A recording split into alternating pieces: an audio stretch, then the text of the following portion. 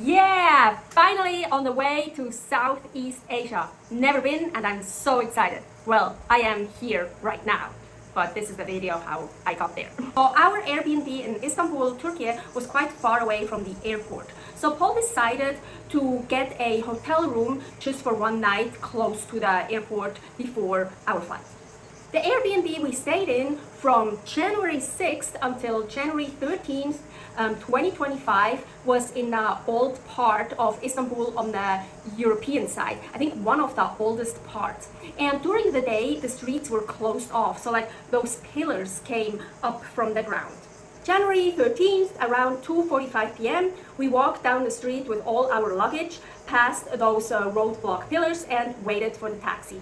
Paul ordered us a big taxi, really cool. And the taxi could actually make those pillars go down. So super cool. We didn't know that. Well, so far we've been driven around by a driver from the hospital. Here is the video about my checkup MRI. And those are not taxi drivers. So those drivers, they can't make the pillars go down. Unfortunately, I started to get my usual nausea in the taxi. Laying down made it a little bit more comfortable for me, and after about a 46-minute taxi ride, we arrived at the hotel. The next day, January 14th, we went to the airport. So in the hotel room, while we were getting ready, I felt really nauseous, I felt like puking, I had diarrhea. We went downstairs and the lobby smelled so badly, such a strong smell that I just couldn't handle. So I was waiting in the breakfast area where it was a little bit better. So Paul got us a taxi bus that drove us to the airport, and when I got in right away I was laying down, so I was doing okay during the taxi ride that lasted 15 minutes. So we got to the airport, we took out all our luggage from the taxi, and to get into the airport you already have to go through security control. You don't have to take out your laptops or take off your belt or take off your shoes or so. It's not the same like before you go to the gate where your plane is waiting for you.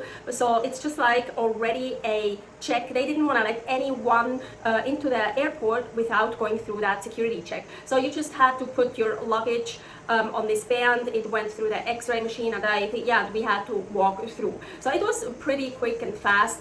But still, that was the first airport so far we had to go through a security check to actually being able to enter the airport.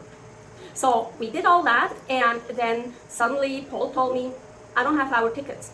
I don't have our passports. Fuck, he forgot his fanny pack somewhere.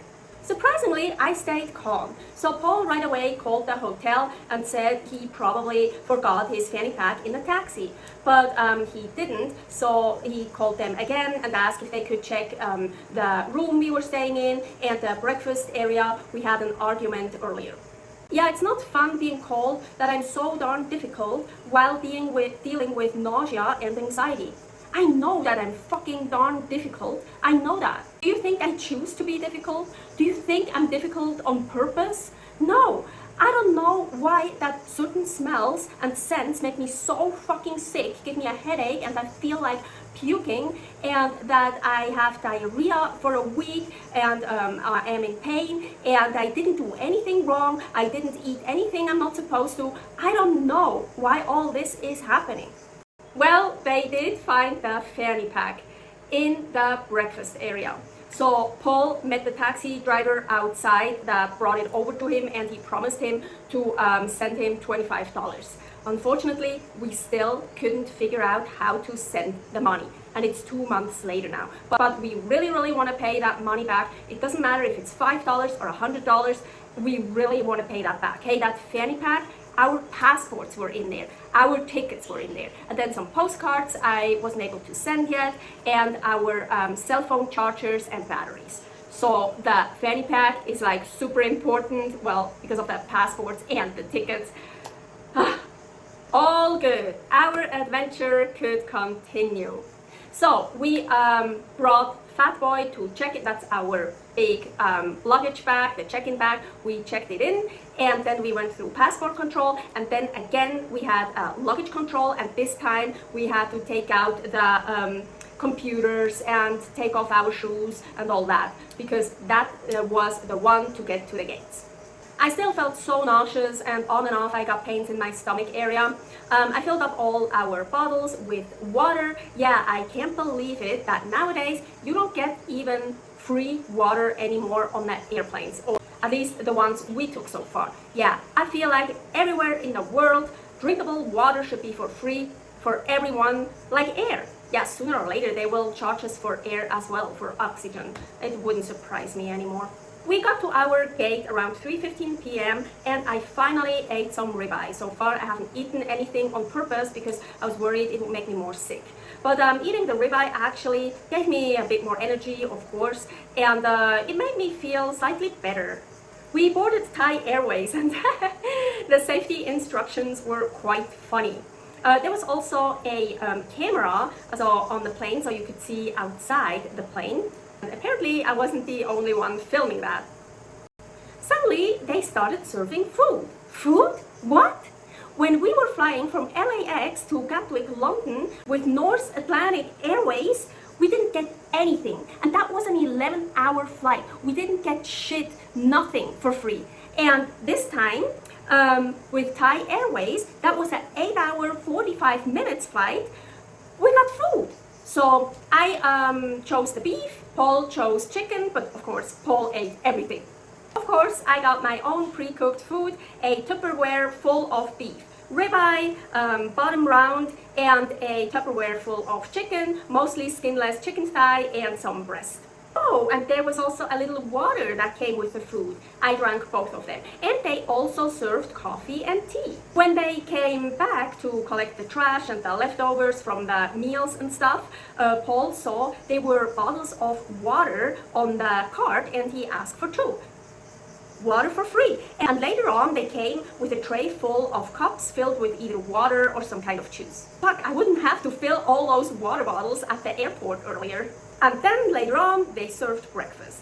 And again, coffee, tea, juice, and water.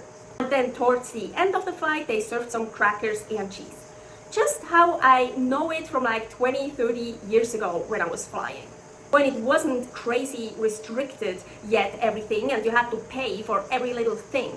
But like always, the food is never enough. I remember when I was flying and I used to eat the food on the plane, it was never enough. So Paul ate everything, including all of mine, except for like 2 little butters and the cracker and the cheese he also didn't eat. And he also brought a sandwich that he ate as well, and he also put some of my meat in the sandwich. No, he brought 2 sandwiches. That's how it should be on any airplane. Free drinkable water all the time.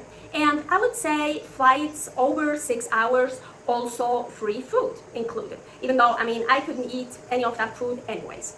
And on our 11-hour flight from LAX to Gatwick, we didn't get anything for free. We had to pay for everything.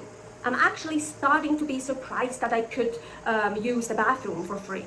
Also, the seats in Thai Airways were a little bit more comfortable. It was a little bit less sardine boxy-like than in North Atlantic Airways.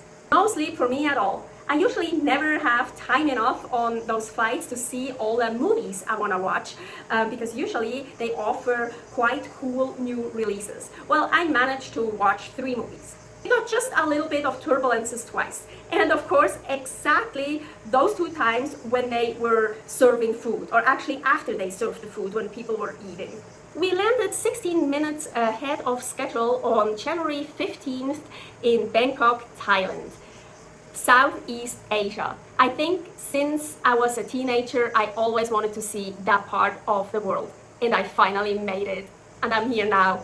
Super cool. Stay happy, stay healthy.